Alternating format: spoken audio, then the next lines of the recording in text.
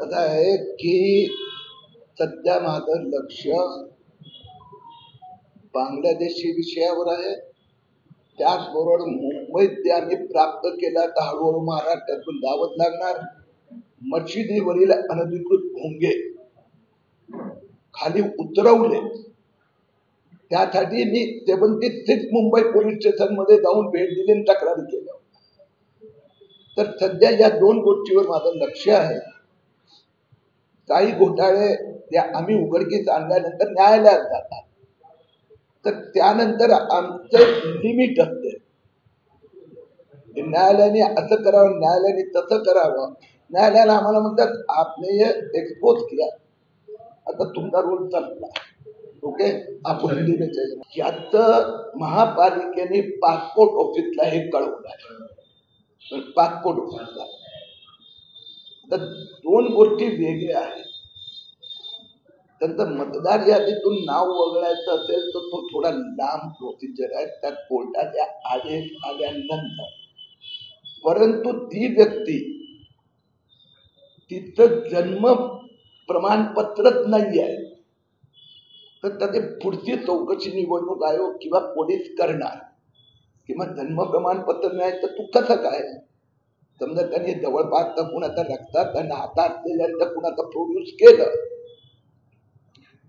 तर ते वेगळी गोष्ट आहे, पण ते चौकशी झाल्यानंतर ते होते. पण पासपोर्ट ऑफिस निश्चितपणे ऍक्शन घेत. मी जो हा विषय हातात घेतलाय त्याच्यावर आतापर्यंत महाराष्ट्रात 27 FIR दाखल झालेली आहे. आता हे महापालिकेचं सांगायचं झालं तर 1044 नावं त्यांनी पासपोर्ट ऑफिसला कळवली.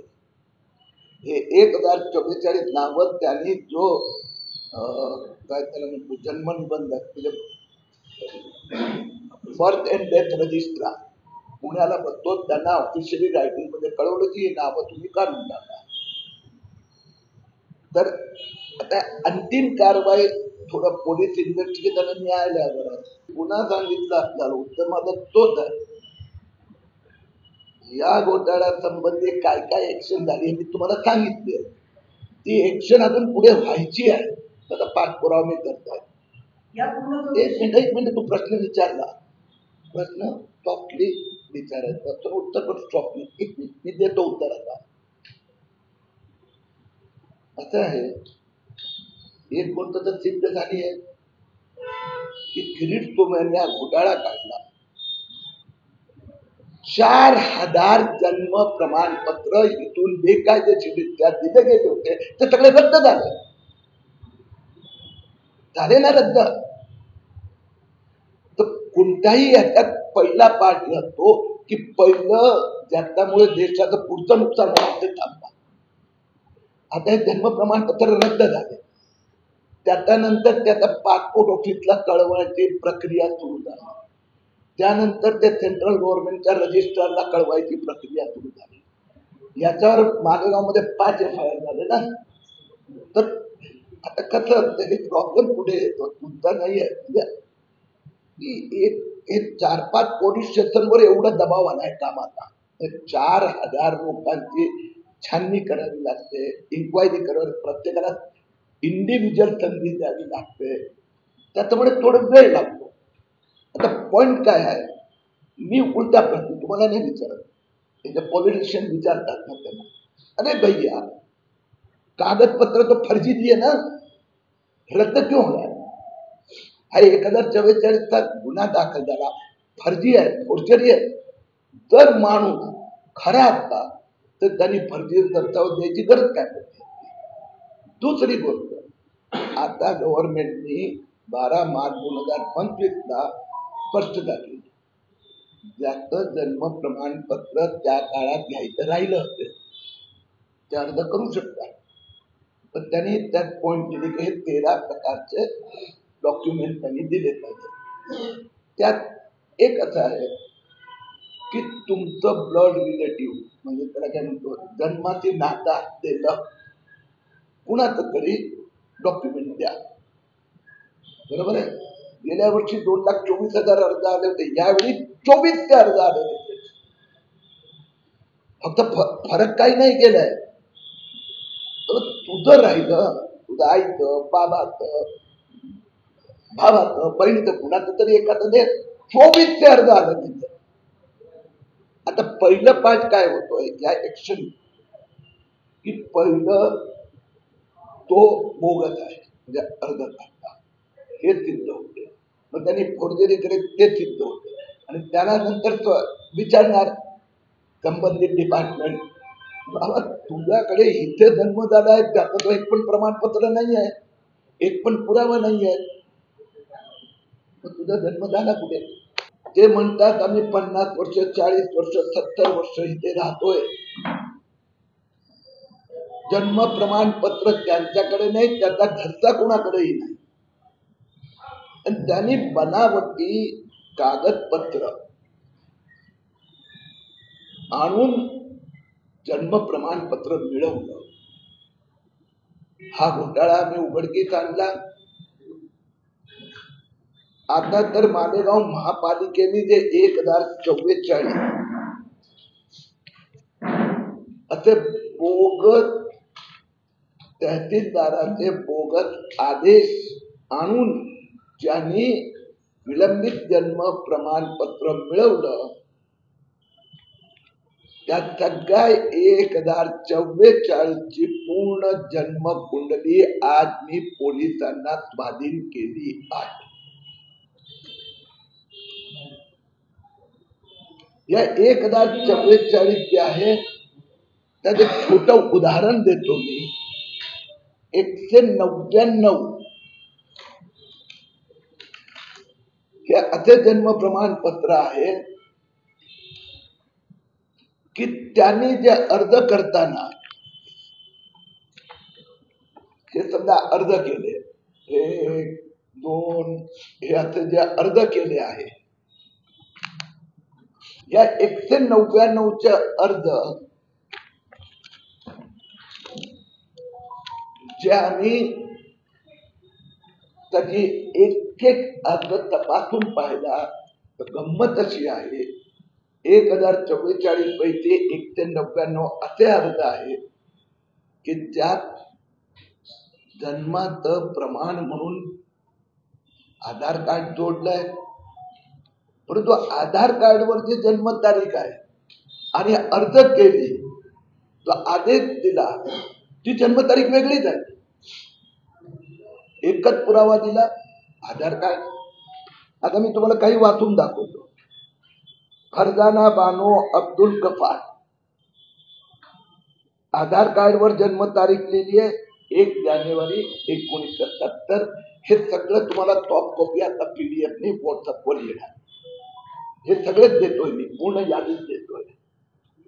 तर फरजाना बानो अब्दुल गफार, आधार कार्डवर जन्म तारीख 1 जानेवारी 1970, पण अर्जात काय जन्म तारीख मागितली 1 मे 1963, आणि महापालिकेने जे जन्म प्रमाणपत्र दिलं ते पण 1 मे 1963 दिलं. दुसरं नाव घ्या सलीम अहमद, अर्ज क्रमांक 67,890, अर्ज क्रमांक 67,819. सलीम अहमद, आधार कार्डवर जन्म तारीख 1/1/1961 आणि आदेश आणि अर्जावर जन्म तारीख 1 मार्च 1965. दुसरं घेऊया आपण उदाहरण.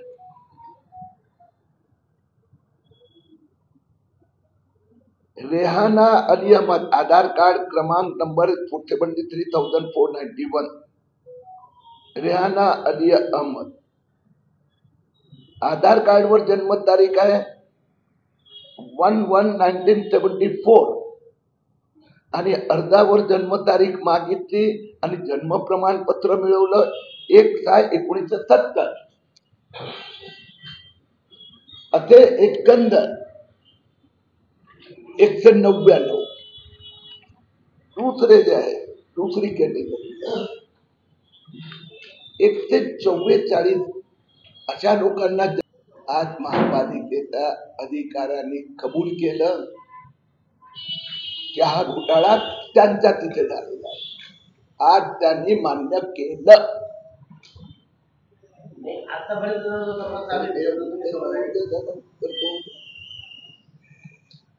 तर आज महापालिकेने मान्य केलं की घोटाळा महापालिकेत झाला आहे.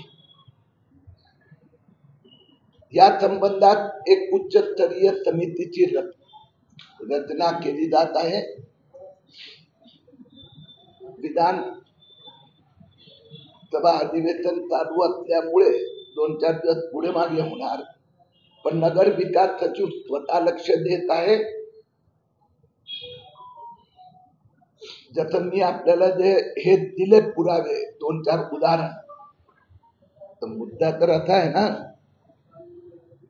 यातला 1/3 म्हणजे 1044,300हून अधिक असे आदेश आहे ज्याच्यावर कुणाच्याच सह्या नाही आहे.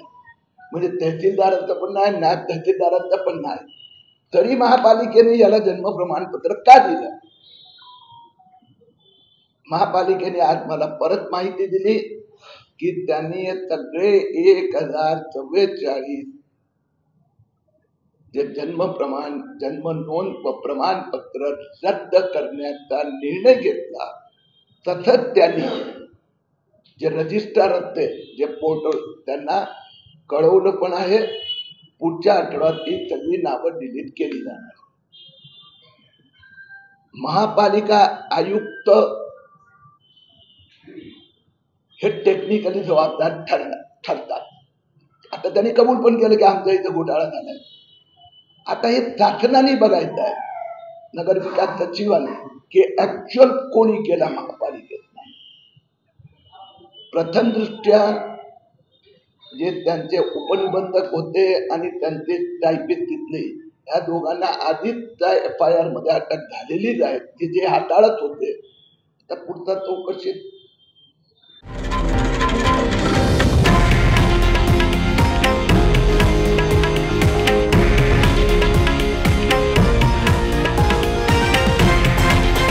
हे आहे देशातील नंबर 1 न्यूज नेटवर्क आणि आपण पाहत आहात TV9 मराठी, एकमेव.